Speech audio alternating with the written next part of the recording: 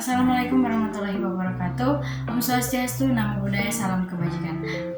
Perkenalkan, nama saya Lensa Sadisaketa dengan NIM 2214201051. Saya mahasiswa aktif dari Universitas Pemuda Indonesia Manado, kelas 2 keperawatan semester 2. Saya membuat video ini dengan tujuan untuk memenuhi tugas ujian akhir semester dengan mata kuliah keterampilan dasar keperawatan dengan dosen pengampu Nurse Tirsa Olivia Mumi, SKAP MKAS.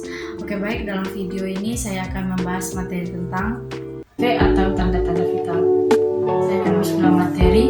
Tanda-tanda vital atau TTV merupakan cara yang tepat dan efisien untuk memantau kondisi klien atau mengidentifikasi masalah, mengevaluasi respon klien terhadap intervensi, teknik dasar inspeksi, palpasi, dan auskultasi. Digunakan untuk menentukan tanda vital. Keterampilan ini sederhana tetapi tidak boleh diabaikan. Pengukuran tanda vital dan pengukuran fisiologis lain merupakan dasar bagi penyelesaian masalah klinis. Pengkajian tanda vital memungkinkan perawat untuk mengidentifikasi diagnosa keperawatan, mengimplementasikan rencana intervensi, dan mengevaluasi keberhasilan bila tanda vital dikembalikan pada nilai yang dapat diterima. Pokok pembahasan dalam TTV atau tanda-tanda vital yaitu yang pertama suhu tubuh, yang kedua nadi, yang ketiga pernafasan, dan yang keempat tekanan darah. Pertama, suhu. Suhu tubuh adalah perbedaan antara jumlah panas yang diproduksi oleh proses tubuh dan jumlah panas yang hilang ke lingkungan keluar. Suhu permukaan berfluktuasi bergantung pada aliran darah ke kulit dan jumlah panas yang hilang ke lingkungan luar. Karena fluktuasi suhu permukaan ini, suhu yang dapat diterima berkisar dari 36 derajat Celcius sampai 38 derajat Celcius. Suhu normal rata-rata bervariasi bergantung lokasi pengukuran. Keseimbangan suhu tubuh diregulasi oleh mekanisme fisiologis dan perilaku. Agar suhu tubuh tetap konstan dan berada pada batasan normal, hubungan antara produksi panas dan pengeluaran panas harus dipertahankan. Nadi adalah aliran darah yang menonjol dan dapat diraba di berbagai tempat di tubuh. Nadi merupakan indikator status sirkulasi.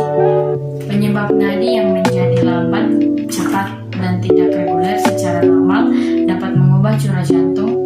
Perawat mengkaji kemampuan jantung untuk memenuhi kebutuhan jaringan tubuh terhadap nutrien dengan cara memalpasi nadi perifer atau dengan menggunakan stetoskop untuk mendengar bunyi jantung atau frekuensi apical. Ada berbagai macam-macam nadi yang dapat diraba, yaitu yang pertama, nadi radialis, terletak di antara radius distal dan tendon flexor carpi radialis, mudah diakses. Yang kedua, brachialis, terletak di bagian lengan pada biceps dan fossa antecubital. Yang ketiga, carotis, terletak di bagian dalam leher dan mengantarkan darah ke otak. Yang keempat, temporalis, terletak di atas tulang temporal. Yang kelima, femoralis, yang terletak pada titik tengah ligamen inguinalis. Yang keenam, popliteal, terletak di belakang lutut. Yang ketujuh, dorsalis pedis, terletak navikular, tepat di bagian anterior tikungan pergelangan kaki. Yang ketiga, pernapasan. Pernapasan adalah mekanisme tubuh menggunakan pertukaran udara antara atmosfer dengan darah serta darah dengan sel. Mekanisme pernapasan meliputi yang pertama, ventilasi, yaitu pergerakan udara masuk ke paru-paru, difusi, yaitu pertukaran O2 dan CO2 antara alveoli dan sel darah merah. Yang ketiga, perfusi, yaitu distribusi oleh sel darah merah ke dan dari kapiler darah. Yang keempat, tekanan darah. Tekanan darah merupakan kekuatan ratelar pada dinding arteri oleh darah yang didorong dengan tekanan dari jantung. Aliran darah mengalir pada sistem sirkulasi karena perubahan tekanan. Pengkajian tekanan darah dapat diukur baik secara langsung atau secara invasif maupun secara tidak langsung atau non-invasif. Metode langsung memerlukan insersi kateter kecil ke dalam arteri. Selang menghubungkan kateter dengan alat pemantu elektronik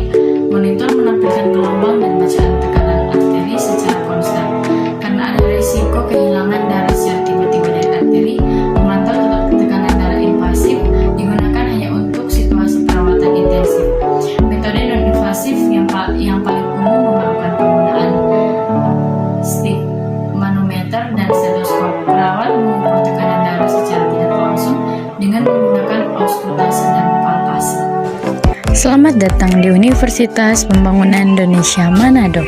Di Universitas Pembangunan Indonesia Manado terdiri atas 6 fakultas dan 8 program studi.